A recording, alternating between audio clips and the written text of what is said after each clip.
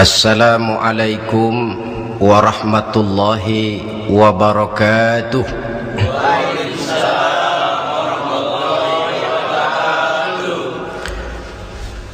Alhamdulillahi rabbil alamin, wassalatu wassalamu ala ashrafil anbiya'i wal mursalin, sayyidina wa maulana Muhammadin wa ala alihi wa ashabihil mujahidin at-tahirin, amma ba'd.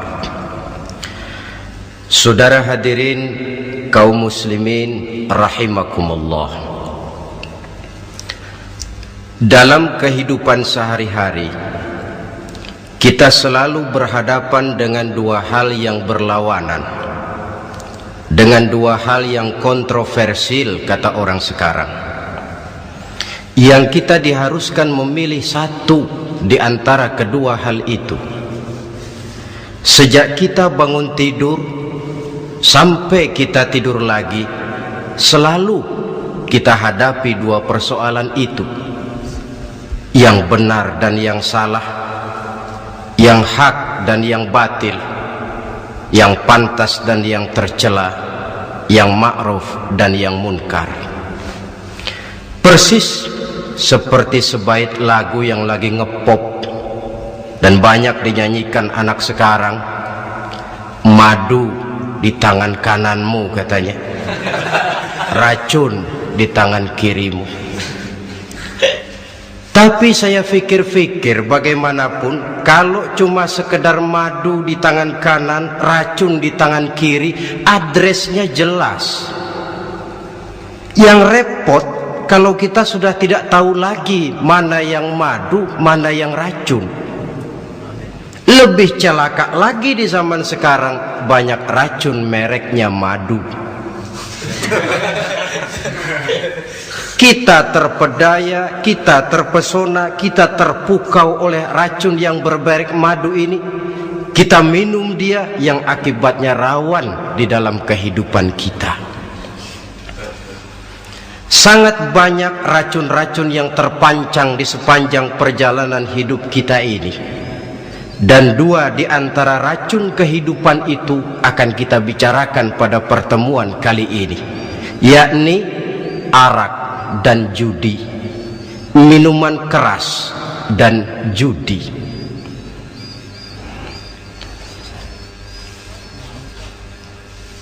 Sebagai yang kita maklum bahwa Islam bertujuan memelihara kemuliaan manusia yang diciptakan fi ahsani taqwim, dalam bentuk yang paling sempurna. Arak atau minuman keras jelas merupakan hal yang merusak dari berbagai aspek kehidupan, entah kesehatan tubuh, entah pertumbuhan akal, ketentraman rumah tangga, ketentraman masyarakat, bangsa dan negara. Cobalah sejenak kita adakan penyelidikan. Kalau masuk kita ke dalam penjara, melihat sel-sel di sana, berapa banyak yang mendekam di sel karena urusan minuman keras. Masuk kita ke rumah sakit, berapa banyak yang dirawat akibat minuman keras, akibat stres yang dialaminya. Berapa banyak rumah tangga berantakan, berapa banyak pembunuhan terjadi, pemerkosaan terjadi akibat daripada minuman keras ini. Yang paling ironi kalau dia sudah menyerang anak-anak muda kita. Padahal kita tahu remaja pemuda adalah bentuk miniatur daripada kehidupan suatu bangsa.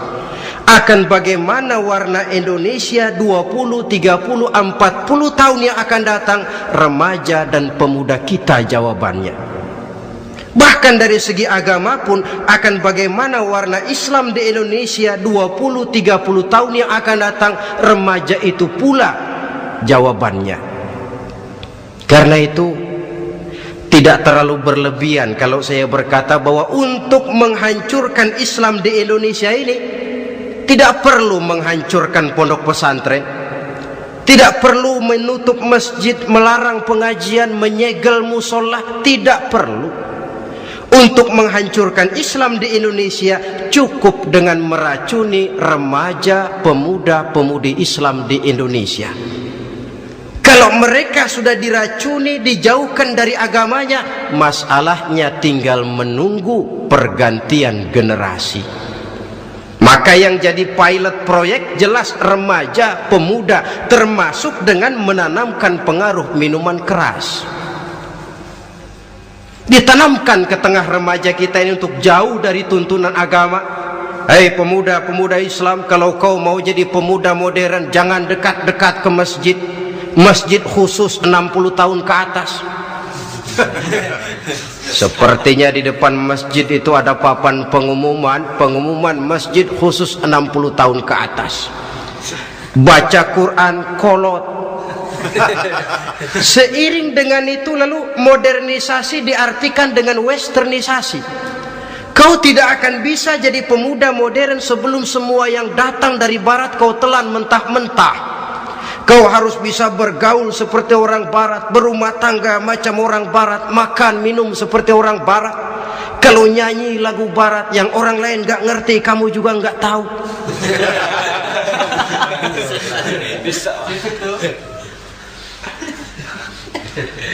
Anutlah itu free love yang pada gilirannya akan mengarah kepada free sex alias summon leven.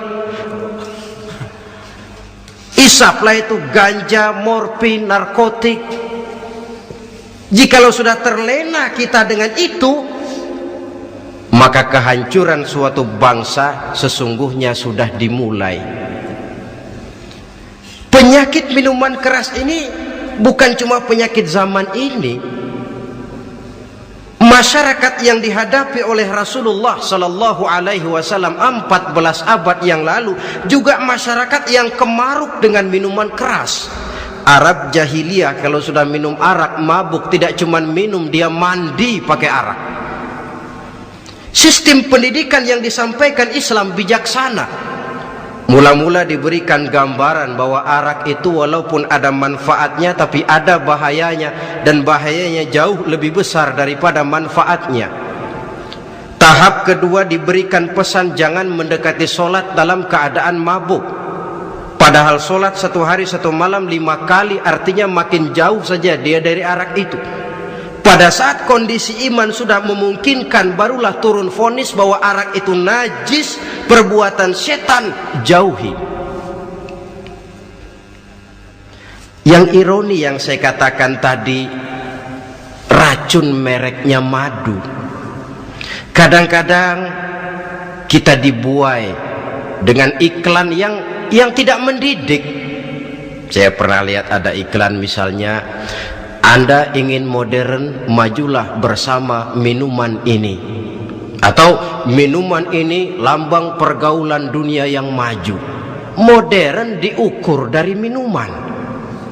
Yang jadi korban akhirnya remaja dan pemuda-pemudi kita.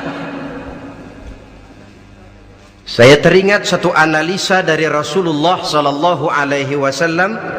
Beliau bersabda, Inna min asyratis sa'ah, sesungguhnya di antara tanda-tanda kiamat. Apa kiamat itu? Dalam arti yang umum, kiamat itu saat dimana alam ini hancur, bumi gempa, air laut tumpah ke darat, gunung meletus, planet-planet bertabrakan, lalu semua yang bernama hidup mati. Itu kiamat beneran. Saya nggak mau cerita kiamat beneran, sebab saya sendiri nggak kepengen ngalamin. Yang sering kita ngalami ini kiamat kecil-kecilan, kiamat mini. Apa kiamat mini itu? Hancurnya sendi-sendi kehidupan sosial. Maksiat merajalela, munkarat menjadi-jadi. Yang ma'ruf dianggap munkar, yang munkar malah menjadi ma'ruf. Yang salah disanjung-sanjung, yang benar dicaci maki. Tuntunan dianggap tontonan, tontonan malah jadi tuntunan. Kan kiamat kalau sudah begitu. Penjungkiran nilai. Kenapa hal semacam ini bisa terjadi? Penyebabnya kata Nabi, pertama ayyurfa'al ilmu, ilmu diangkat oleh Allah. Bagaimana cara Allah mengangkat ilmu dan apa maksudnya itu? Allah mengangkat ilmu itu, saudara, caranya pertama dengan mewafatkan ulama. Makin banyak ulama wafat, makin banyak ilmu ditarik. Yang kedua, kurangnya minat orang untuk belajar agama. Kalau sudah klop macam itu, artinya agama sudah disudutkan ke pojok-pojok kehidupan. Agama cuma sekedar tinggal dekorasi. Agama cuma seminar, cuma kongres, cuma muktamar. Tapi bahwa agama merupakan realita dalam kehidupan, itu tidak pernah terwujud. Kalau ulama sudah tiada, minat orang belajar agama berkurang, maka ajaran Allah tidak lagi didenungkan orang. Dikala itu wa yudharul jahlu, akan muncullah kebodohan. Nampak kebodohan di mana-mana. Muncul permissive society, masyarakat yang merasa boleh hidup dengan kaidah serba boleh. Tidak ada halal, tidak ada haram. Tidak ada hak, tidak ada batil, semuanya serba boleh. Kalau sudah begitu kondisi masyarakat, terjadilah apa yang dianalisa oleh Nabi. Dikala itu wayabsu zina, zina dikerjakan berterang-terangan. Orang sudah tidak punya malu. Hidupnya sudah pakai prinsip punya kuping, kuping kebo. Punya muka, muka tembok. Punya kulit, kulit badak. Kalau juga dikasih tahu, malu dong kau tinggal serumah belum nikah. Malu sama siapa? Masyarakat. Allah, masyarakat cuek aja. Cuek aja.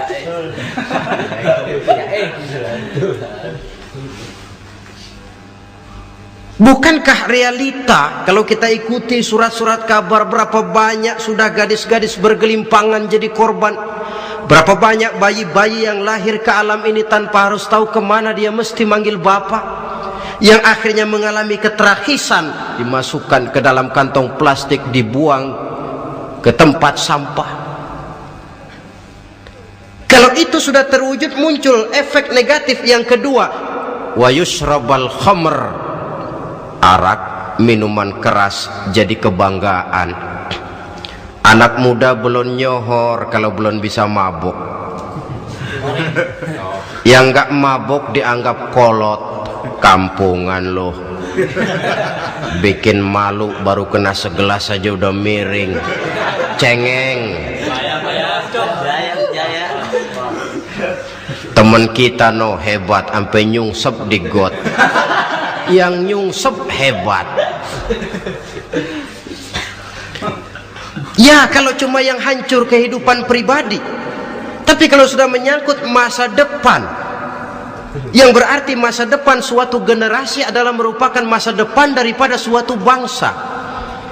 Begitu kerasnya Islam ini melarang minuman keras, sampai bukan cuma sekedar meminumnya saja yang diharamkan, tetapi juga dilarang mengimportnya, memproduksinya, membuka warung yang menjual minuman keras, atau bekerja di tempat penjualan minuman keras. Ada juga yang nyerempet-nyerempet, Pak, kalau sedikit kan nggak apa-apa, nggak mabuk ini. Nah, saya ingatkan hadis Nabi diriwayatkan oleh Imam Ahmad, Abu Daud dan Turmuzi. Nabi bersabda, ma askara kathiruhu faqaliluhu haramun. Apa yang banyaknya menyebabkan mabuk, sedikitnya pun tetap haram hukumnya. Memang barangkali mungkin ada manfaatnya, tetapi bahayanya jelas lebih besar ketimbang manfaat yang bisa timbul daripada jenis minuman keras itu sendiri. Dalam hadis lain Nabi pesankan, man kana yu'minu billahi wal yaumil akhir fala yaq'udu ala ma'idatin taduru 'alaiha al-khamru. Siapa yang beriman kepada Allah dan beriman kepada hari akhirat, jangan dia duduk di dalam satu pertemuan yang di dalam pertemuan itu diedarkan minuman keras. Masuk ke dalam lingkungan macam itu saja tidak diperkenankan. Kenapa? Asyariku fi syarri syarrun. Bersekutu dengan kejahatan, jahat juga hukumnya. Semalam kamu mabuk ya? Enggak, temen, saya cuma ngebeliin aja kok. Apalagi ngebeliin.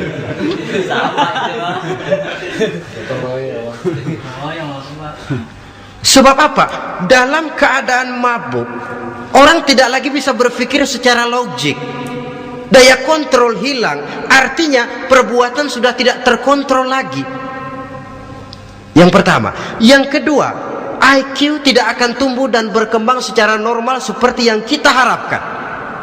Yang ketiga, harga diri akan runtuh, hancur di tengah masyarakat. Bayangkan kalau tengah malam kita digotong orang, diantar ke rumah kita. Dengan kondisi macam itu masih punya muka kita untuk tegak di tengah masyarakat. Masih punya harapan kita untuk tumbuh menjadi pemimpin, sementara orang terkenang, ini kan yang kemarin malam gua gotong, dia lagi mabuk. Harga diri, kepribadian. Jangan lupa saudara, kita hidup di tengah masyarakat. Masyarakat itu punya hukum yang tidak tertulis, tapi lebih kuat dan lebih kejam daripada hukum tertulis. Orang bilang, sekali arang tercoreng di dahi, seumur hidup orang akan tetap ingat. Makanya Rasulullah dalam hadis memberikan tamsil untuk adik-adik remaja muslim ini, masalul mu'min kamasalin nahli. Perumpamaan orang yang beriman itu persis seperti tawon. Mentalitas orang mukmin persis tawon. Apa mentalitas tawon? Kalau kita ngaji bab tawon, kita renungi apa keistimewaan tawon. Saya lihat-lihat, ternyata tawon itu punya 4 keistimewaan. Pertama, tawon itu yang dihisap selalu saripati bunga. Bagus makanannya. Belum pernah tawon keliru makan. Saya belum pernah dengar kok ada tawon makan tahu.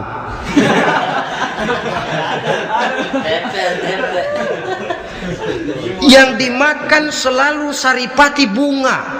Artinya apa? Orang mukmin perutnya itu perut selektif. Yang dimakan yang baik-baik, yang diminum yang baik-baik. Yang baik menurut agama itu adalah yang halal, thayyibat. Perutnya selektif, bukan perut asbak. Kalau asbak, puntung apa saja masuk ke dalamnya. Tapi mukmin perutnya ini selektif. Daging kambing masuk, tahu masuk, kangkung masuk, kodok minggir, air kelapa minum, kopi minum. Tapi kalau sudah berbau minuman keras, minggir. Sebab apa? Makanan dan minuman yang kita masukkan ke dalam perut besar ini akan digiling dalam perut besar, akan melahirkan energi, menggerakkan sel-sel pembuluh saraf. Kalau makanan dan minuman itu terdiri dari yang haram, energi yang ditimbulkan olehnya energi yang haram, mempengaruhi sel-sel pembuluh saraf. Orang akan cenderung berpikir yang haram kalau terlalu sering memakan makanan haram. Kalau sudah berpikir kepada yang haram, perbuatan pun akan mengarah kepada yang haram juga. Contoh kecil aja dah, ada nggak maling mikirin majelis taklim? Ada. Karena yang dimakan lebih banyak yang haram, yang dipikir paling-paling nanti malam rumah siapa lagi nih ya. Sudah mengarah ke sana.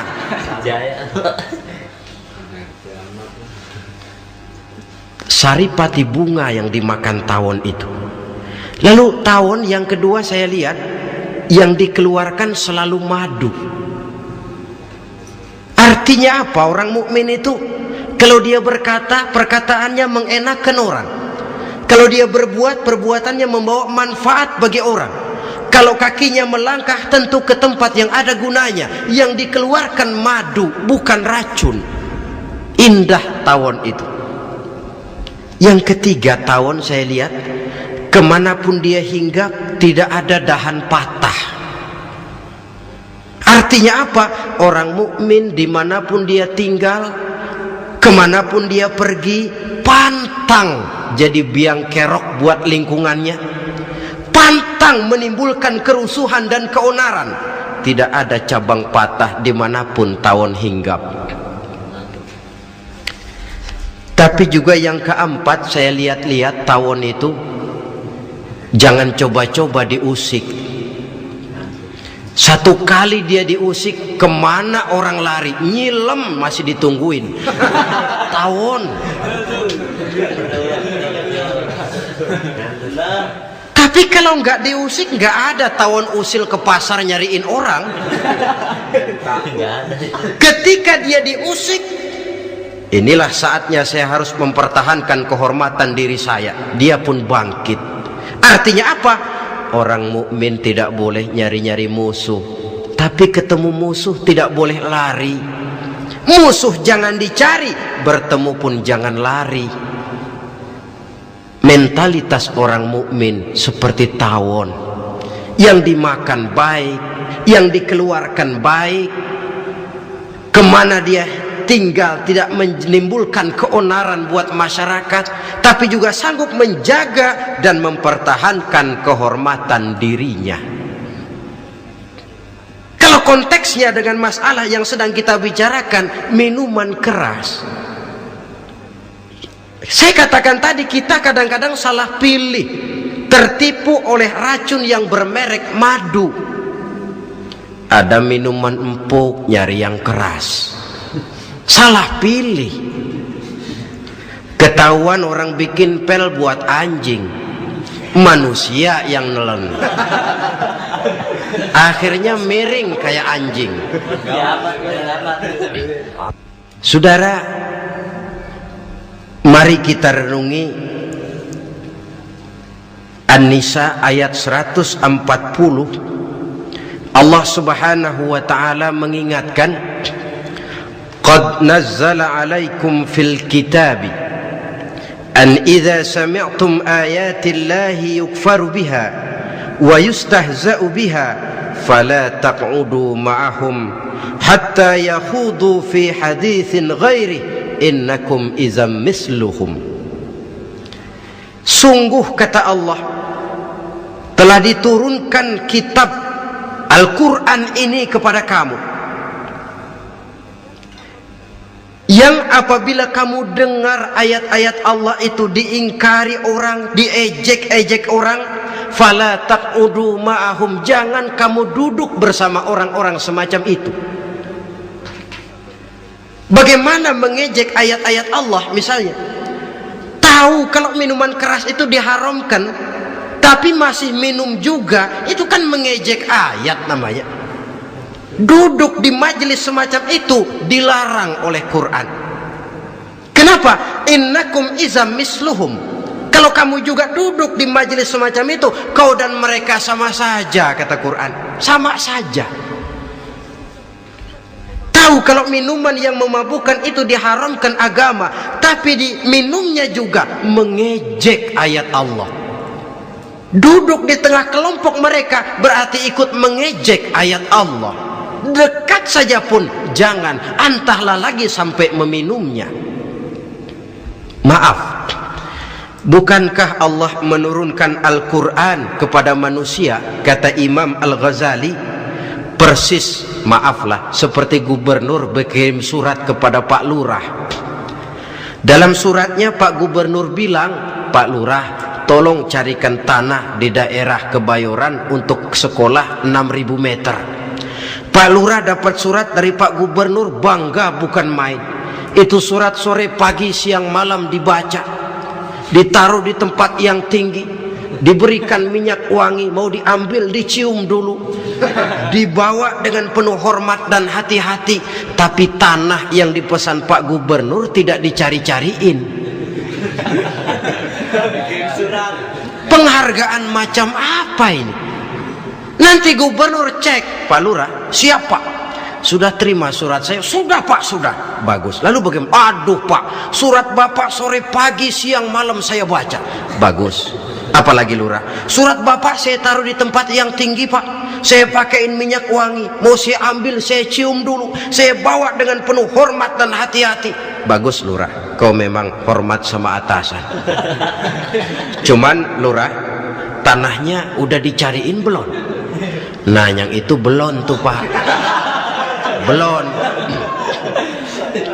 Kata gubernur, bagus Lurah, besok berhenti lo ya.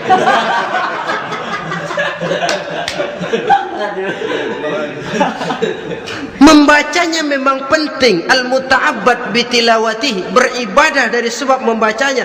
Tapi setelah kita baca, kita tahu isinya, what next? Mau apa kita dengan isinya itu? Jangan yang kita baca kita injak-injak. Itulah ironinya, bagaimana Quran itu mau membawa keberkahan dalam hidup ini, kalau yang kita baca sering kita injak-injak. Dalam kehidupan kita baca ayat wa ahallallahul bai'a wa harramar riba. Allah halalkan jual beli, Allah haramkan riba, tapi renten ditelan terus.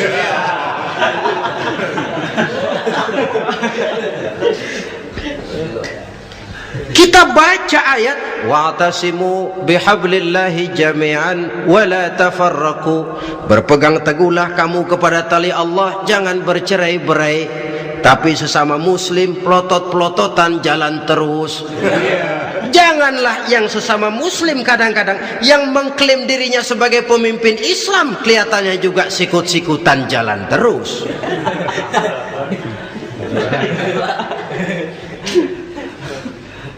Sehingga tidak heran kalau orang bilang di bawah ngamalin ayat kursi, sudah sampai di atas ayat hilang, tinggal kursi saja yang diamalin. Ironi dan menyedihkan. Perjalanan panjang memang, saatnya kita menunggal dengan Al-Quran ini. Tetapi prosesnya memang harus kita mulai dari sekarang.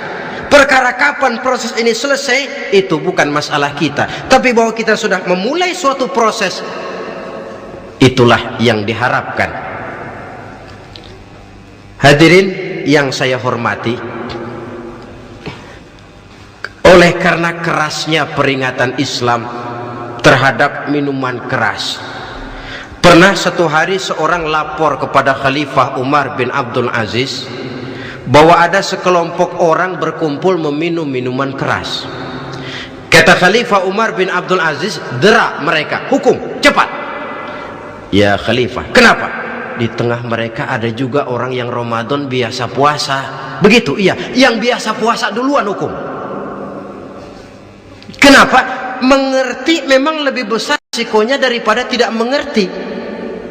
Kalau yang tidak mengerti dilatar belakangi oleh kebodohan, barangkali masih bisa ditolerir, masih bisa dimaklumi. Ini toh sudah tahu mau puasa, kenapa berkumpul di majelis yang ada minuman keras?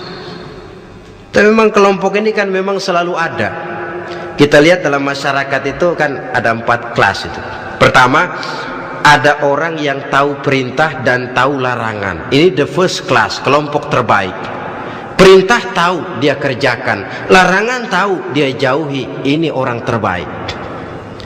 Yang kedua, ada orang tahu perintah tapi tidak tahu larangan. Perintah tahu, larangan tidak tahu.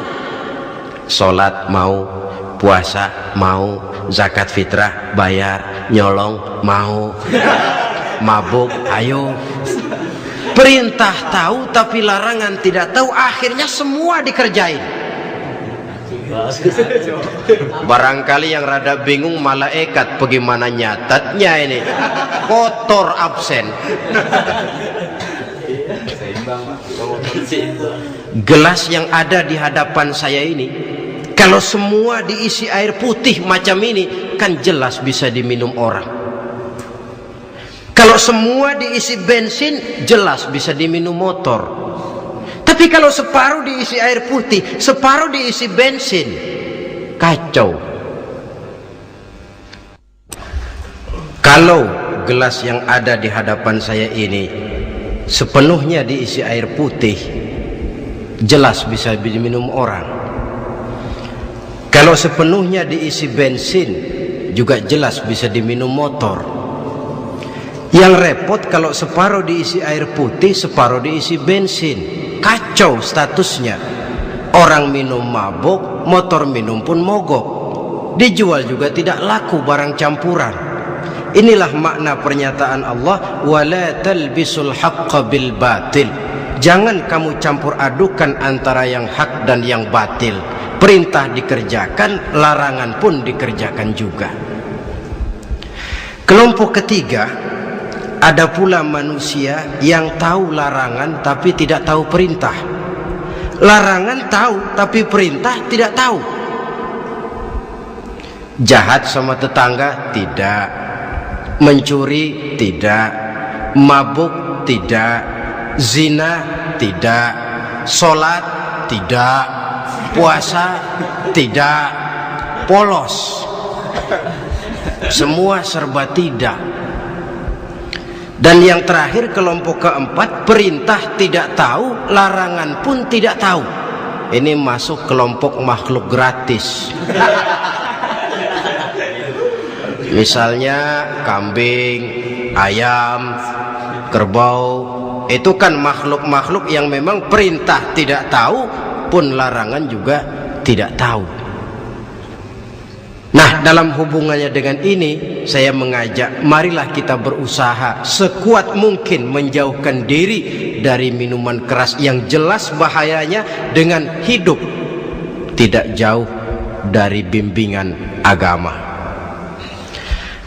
Hadirin kaum muslimin rahimakumullah, kawan seiring dan sejalan dari minuman keras, judi namanya. Saudara kembar barangkali. Yang satu sering menimbulkan yang lain, tetapi bukan tak jarang keduanya berjalan berdampingan. Posisi judi dan arak ini dalam Quran sama bahayanya. Apa sebab? Mentalitas judi adalah mentalitas sirkeless, lingkaran setan. Artinya yang menang biasanya ketagihan, yang kalah biasanya penasaran. Ini yang menyebabkan orang tidak mau berhenti. Kalau dia menang, dia ingin mencoba untuk menang dalam jumlah yang jauh lebih besar lagi. Kalau dia kalah, dia penasaran, kenapa hari ini kalah? Barangkali sial, besok malam saya tebus. Mental semacam ini memang sulit untuk berhenti. Kenapa judi diharamkan dalam Islam? Pertama, seorang muslim di dalam berusaha mencari harta, dia harus mengikuti sunnatullah. Kata kita orang muslim, hukum alam kata orang sekarang, natural of law bahasa kerennya. Berusaha menurut hukum kausal, memasuki rumah dari pintunya, menunggu suatu akibat dari sebab yang kita lakukan, bahwa kalau begini mesti begitu, karena kita memang terikat oleh permainan yang disebut hukum alam ini. Hidup bukan undian, jangan mengharap untung besar tanpa mau peras keringat. Satu pagi Khalifah Umar bin Khattab radhiyallahu an masuk ke masjid. Beliau lihat ada orang sedang berdoa khusyuk betul. Ditunggunya 2 menit, 3 menit, sampai 10 menit lebih belum juga selesai. Agak lama orang itu berdoa. Selesai berdoa, dihampiri orang itu oleh Sayyidina Umar. Beliau tanya, saudara, lagi apa tadi itu? Berdoa ya Khalifah. Minta kepada Allah? Tentu minta kepada Allah. Minta apa kamu? Minta rezeki. Sudah lama? Dari tadi habis sembahyang subuh. Dapat? Belum. Ya memang kata Sayyidina Umar, inna sama la tumtiru zahaban wala fiddatan. Langit itu tidak mungkin akan menghujankan emas, tidak mungkin pula menghujankan perak. Jadi orang dilarang duduk bermalas-malas menunggu keajaiban yang datang dari langit. Karena memang hidup ini bukan undian. Jadi jangan mengharap untung besar tanpa mau peras keringat. Di dalam berusaha kita terikat oleh sunnatullah. Kalau begini sebab penyebabnya, akan begini akibat yang ditimbulkannya. Yang kedua, Islam menjadikan harta manusia itu sebagai benda berharga yang dilindungi. Mengambilnya dengan judi termasuk memakan harta orang lain dengan cara yang batil. Yang ketiga, judi itu sendiri dapat menimbulkan permusuhan dan pertentangan antara para pemain itu sendiri. Meskipun kelihatannya kompak duduk dalam satu meja yang saling berhadap-hadapan, yang kalah kelihatannya pasrah, tetapi kan itu cuma kulit permukaan. Batinnya bagaimanapun juga yang kalah itu tetap mendendam. Sedangkan yang kalah di samping mendendam juga mengomel, mencaci mungkin ya lawan bermainnya, ya mungkin juga dirinya sendiri. Dan yang keempat, judi itu merusak aktivitas hidup, membuat orang membuang waktu dengan tidak terasa, dan yang pada gilirannya melupakan orang kepada tanggung jawab. Wah, kalau sudah memegang kartu, konon kabarnya, saya sendiri alhamdulillah belum pernah, lupalah orang anak, lupalah orang kepada istri, lupalah orang kepada tanggung jawab. Waktu pun berlalu tanpa terasa. Apalagi kalau sudah diiming-iming oleh gambaran akan memperoleh keuntungan yang besar. Termasuk di dalam judi itu undian, apapun namanya. Yang usaha ke arah ini seharusnya tidak dipermudah, walaupun dengan embel-embel dana kemanusiaan, sumbangan sosial. Saya tidak begitu yakin, saudara, bahwa bangsa Indonesia ini sudah begitu menipis rasa kemanusiaannya sehingga untuk berlaku sosial mesti diimbangi dengan hadiah sekian juta rupiah. Saya tidak percaya bahwa umat Islam di Indonesia sudah begitu tipis rasa kasih sayangnya kepada sesama sehingga sulit mengeluarkan bantuan kalau tidak diimbangi dengan hadiah yang sekian puluh juta rupiah. Yang saya khawatir apa? Pada gilirannya di negeri ini akan makin banyak penghayal-penghayal kelas berat, tukang-tukang lamun kelas tinggi, yang hidup cuma ngumpulin jikalau. Jikalau, andai kata, umpama misalnya orang sudah kemana-mana kita masih menghitung jikalau.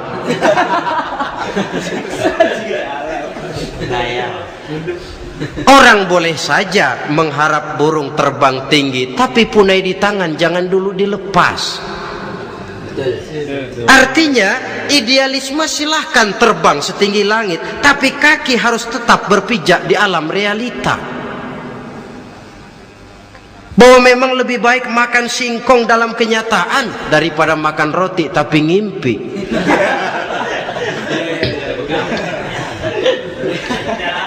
Kadang anaknya menangis, Pak minta jajan, ada uang 200 rupiah. Sudahlah sabar, kau jangan jajan, nanti bapak beliin kalau tembus 100 juta nih.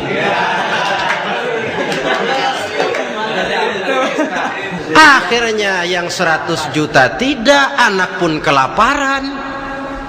Bukankah akan jadi masalah bagi semuanya?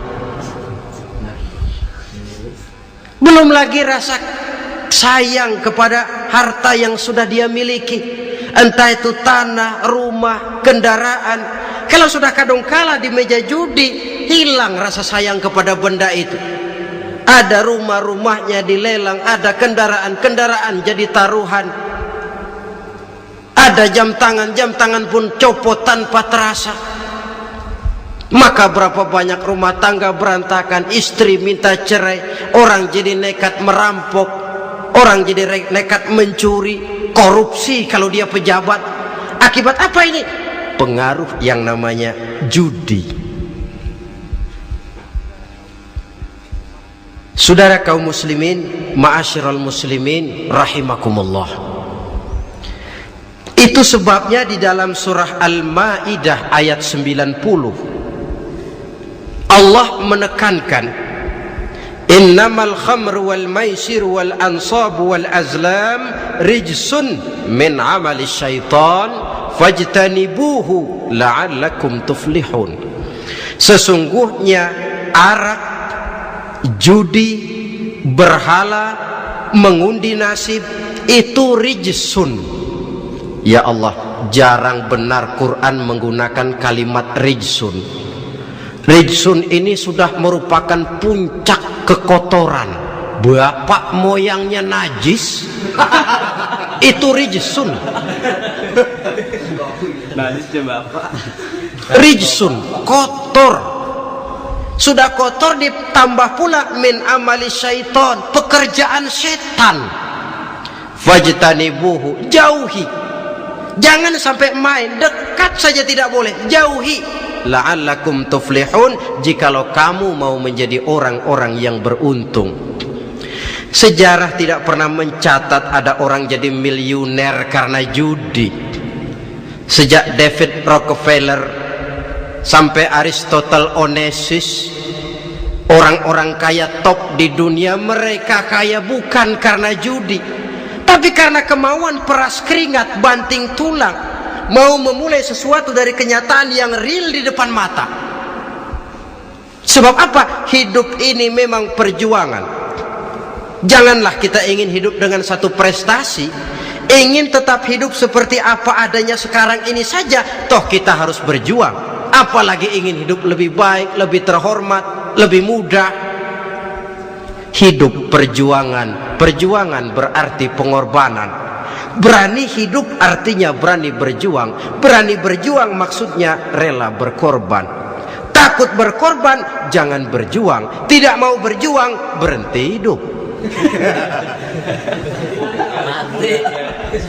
Itu logika. Dan bagaimanapun saya yakin lebih baik berkorban daripada menjadi korban. Kalau sekarang kita berkorban, peras keringat, banting tulang, berusaha secara sunnatullah untuk menghidupi anak, istri, keluarga, pada satu saat kita tidak akan menjadi korban kebrutalan anak-anak kita sendiri kalau mereka dibesarkan dan tumbuh berkembang oleh hasil yang diperoleh dari meja judi. Ayat 91 Al-Maidah ini lebih memperkuat lagi. Kalau itu arak, judi, berhala, mengundi nasib adalah perbuatan setan, sebenarnya setan mau apa sih? Ayat 91 menegaskan, innama yuridu syaitanu ayyuqi'a bainakumul adawata wal baghdha'a fil khamri wal maisir. Yang dimaui setan itu tidak lain supaya dengan arak dan dengan judi timbul rasa permusuhan, sikap memusuhi, saling marah di antara kamu. Coba, biasanya dalam meja judi sudah loyo, waktu juga sudah berlarut-larut, yang menang mau berhenti, apa yang kata yang kalah? Berhenti dah, gue wacok loh. Enak bener, gue lagi kalah, lo berhenti. Coba kira-kira kapan akan selesai permainan? Pagi. Akan timbul permusuhan, akan timbul rasa dendam kesumat yang ditanamkan oleh setan. Karena Karena memang baik arak, baik judi, baik berhala, baik mengudi nasib, itu semua permainan-permainan setan yang diberikan kepada kita untuk kita ikut andil bermain di dalamnya. Tatkala kita ikut terkena jerat setan, tertawalah mereka. Kenapa? Oh, makin banyak teman saya di neraka. Maaf, setan itu kan sudah tahu vonisnya. Ketika dulu dedengkotnya yang namanya iblis terusir dari surga, itu bikin semacam perjanjian dengan Allah. Tuhan, kenapa iblis? Gara-gara Adam saya terusir dari surga. Maka sejak saat ini Adam dan seluruh keturunannya adalah musuh bebuyutan saya. Saya akan gelincirkan mereka dari jalan. Silahkan iblis, goda mereka, tapi kau tidak akan mungkin bisa menggoda mereka kalau hamba-hambaku itu menjadi hamba yang ikhlas. Hanya hambaku yang ikhlas yang tidak mungkin kamu goda, yang lain barangkali bisa. Sejak saat itulah iblis memproklamirkan permusuhan, dan dia sudah tahu betul vonisnya neraka. Tugas dia sekarang bagaimana mengumpulkan teman sebanyak-banyaknya ke dalam neraka. Hamba Allah saja yang tidak tergelincir kepada minuman keras dan judi. Hamba Allah yang ikhlas itu bagaimana? Yang ikhlas menjadi hamba Allah dalam arti kata dan perbuatannya memang mencerminkan bahwa dia hamba Allah. Maaf, di zaman sekarang ini kan banyak orang cuma berkata saya hamba Allah mulutnya, tapi perbuatannya membuktikan dia hamba setan, hamba dunia, hamba harta, budak jabatan, budak nafsu. Tidak sesuai antara ucapan dan perbuatan. Sebab itu kata-kata hamba Allah kalau keluar dari mulut manusia itu murah, soalnya ngaku siapapun bisa. Tapi diakui atau tidak, ini yang kita belum tahu. Ada juga orang berdalih, saya akan masang kalau dapat nanti mau nyumbang masjid. Barangkali aja kalau nyumbang masjid disoriin dikit sama Tuhan.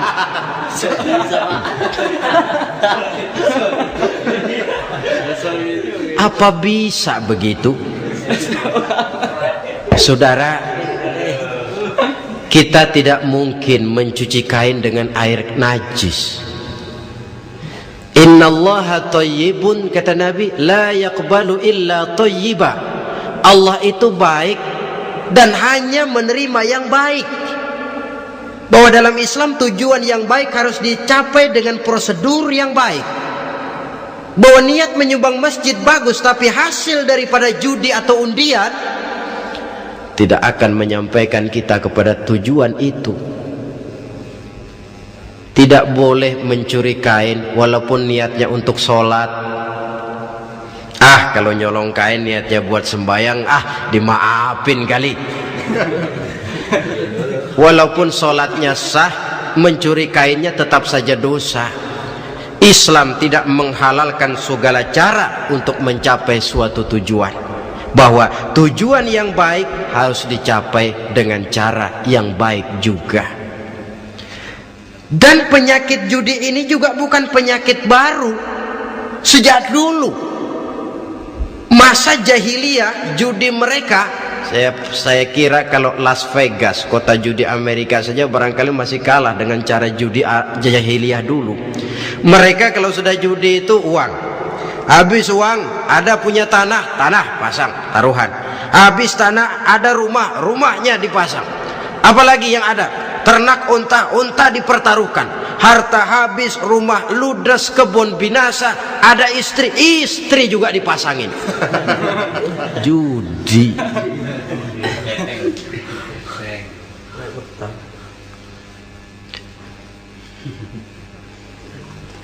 Kita sebagai muslim, oleh Al-Quran dijelaskan orang yang mempunyai dua tujuan hidup. Pertama, tujuan jangka pendek. Yang kedua, tujuan jangka panjang. Tujuan jangka pendek dunia dan seluruh isinya.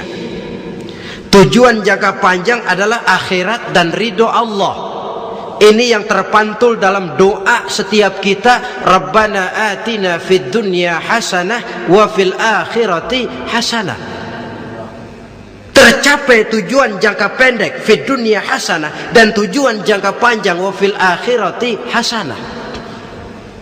Untuk mencapai tujuan jangka pendek, merangkul dunia dan seluruh isinya, apa yang jadi modal utama? Pertama, pendidikan. Makin tinggi jenjang karier pendidikan yang kita tempuh, rasa-rasanya makin mudah menjangkau dunia dan isinya.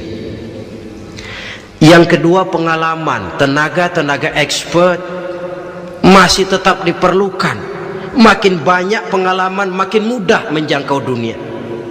Yang ketiga, dan ini ada tapi tidak bisa dijadikan pegangan, faktor nasib, faktor kebetulan. Ada tapi tidak bisa dijadikan pegangan mutlak. Pendidikan, pengalaman, ingin menjangkau fid dunya hasanah, ini modal utama. Lalu untuk mencapai fil akhirati hasanah, prestasi ibadah. Bagaimanapun tinggi pangkat dan jabatan kita, bagaimanapun banyak gelar kita sandang, tanpa prestasi ibadah, nol besar kita dalam pandangan Allah. Itu sebabnya kita sholat. Jadi tidak beralasan kalau orang ditanya, kenapa sih kamu nggak sholat? Ah, tetangga saya sholat melarat terus. Memang sholat itu bukan untuk mencari uang kok. Kalau ada orang yang rajin sholat, rezekinya kelihatan lancar, itu cuma sekedar persekot. Uang muka, cashnya tetap di akhirat nanti. Efeknya apa? Karena kita punya tujuan jangka panjang, mengharap ridho Allah di akhirat, cara kita mencapai tujuan jangka pendek dibatasi oleh pertanyaan, Allah ridho apa enggak? Kita cari uang, tapi pertanyaan pokok, Allah ridho enggak cara ini? Kita mengejar kedudukan, tapi Allah ridho enggak dengan cara ini? Ini yang menyebabkan kita lantas tidak lalu menghalalkan segala cara. Yang penting tujuan tercapai cara apapun halal. PKI kan cuma PKI yang berprinsip asal tujuan tercapai cara apapun halal. Dan kita sudah sepakat PKI dan seluruh ajarannya tidak berhak hidup di bumi Pancasila ini. Cuma jangan sekedar PKI-nya dikutuk tapi ajarannya dipakai.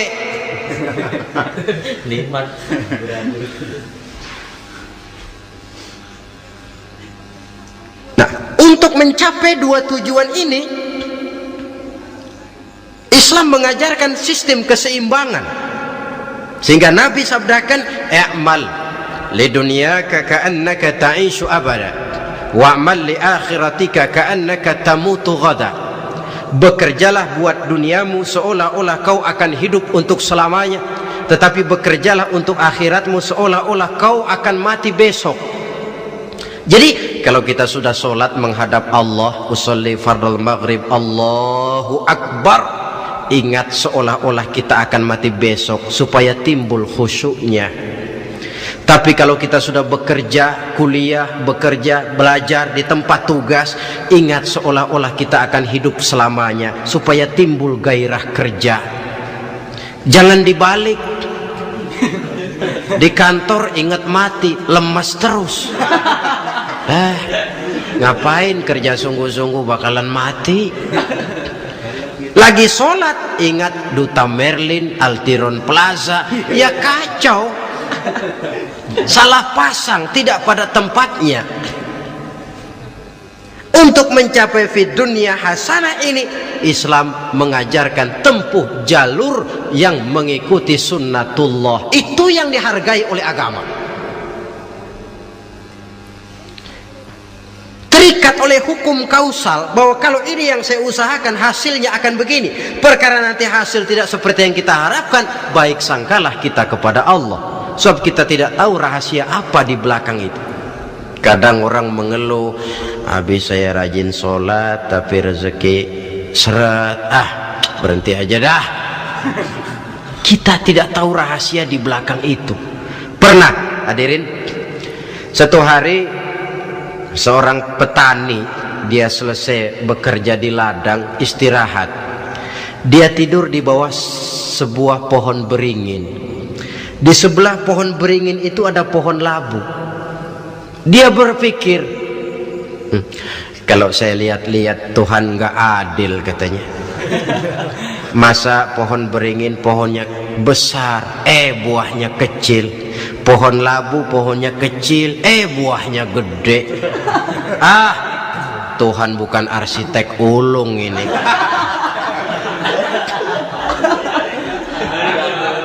Mestinya supaya enak dilihat, beringin yang pohonnya besar buahnya sebesar buah labu. Pohon labu yang pohonnya kecil buahnya kecil saja sebesar buah beringin. Tidak adil Tuhan. Baru dia selesai berpikir Tuhan tidak adil, jatuh sebutir buah beringin tepat menimpa hidungnya. Dia terkejut. Astagfirullahalazim. Kalau begitu saya sadar katanya, Tuhan benar-benar adil. Coba kalau buah beringin segede buah labu, waduh, kayak apa muka saya ini?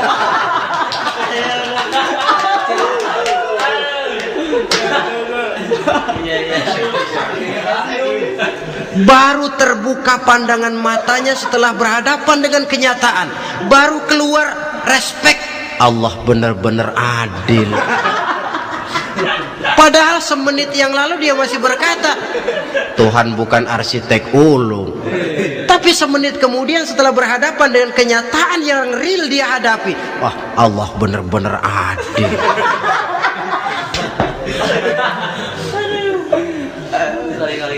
Itulah kehidupan ini.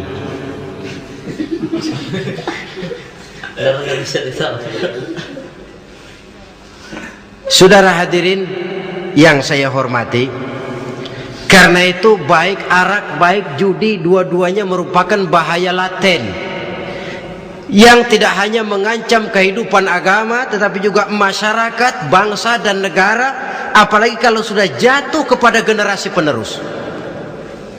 Dan yang bagaimanapun juga saya berpikir sebenarnya remaja, pemuda, pemudi kita cuma korban dari suatu sistem.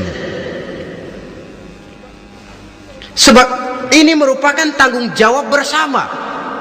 Ulama mubalik macam saya paling wewenangnya cuma ngomong. Yang punya SK untuk memberhentikan pabrik minuman keras itu kan Menteri Perindustrian. Tangan-tangan eksekutif. Sehingga kalau Nabi katakan, man ra'a minkum munkaran falyughayyir biyadihi wa illam yastati' fa bilisanihi wa illam yastati' fa biqalbihi. Apabila salah seorang kamu melihat suatu kemunkaran, termasuk minuman keras dan judi di dalamnya, rubah itu. Dengan cara apa? Kalau kau mampu dengan tangan, artinya power, kekuatan.